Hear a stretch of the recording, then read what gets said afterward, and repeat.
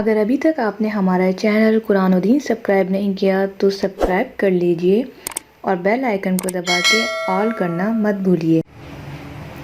نحمدہ و نصلی علی رسول کریم، اما بعد، فاعوذ باللہ من الشیطان الرجیم، بسم اللہ الرحمن الرحیم۔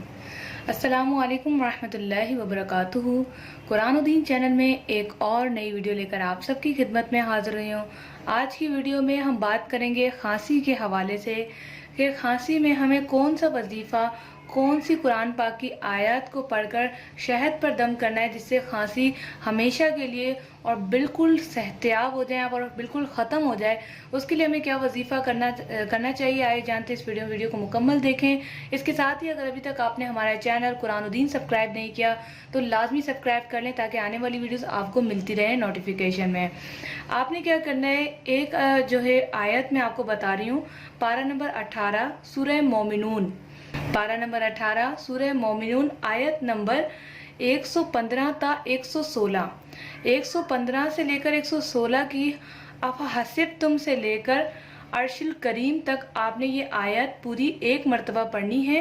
اور شہد پر 1 چمچ آپ شہد لے لیں، کھانے والا ہو یا چائے کا چمچ آپ لے لیں، جتنا آپ کھا سکیں وہ 1 چمچ آپ نے شہد لے لینا ہے، وہ آپ نے اس کے اوپر پھونک مارنی ہے۔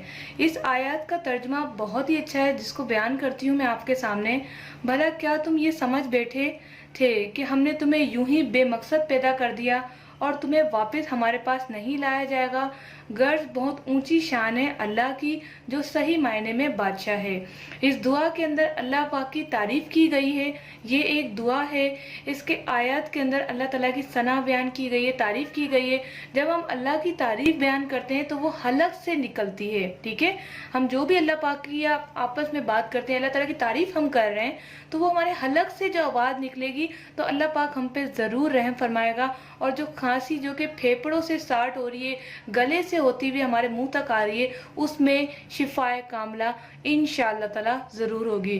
بے شک قرآن ہمارے لیے پوری مکمل طور پر شفا ہے۔ ہم اس کی کوئی بھی آیت کو کسی بھی بیماری کے لیے پڑھیں گے انشاءاللہ تعالی ہمیں ضرور فائدہ ہوگا۔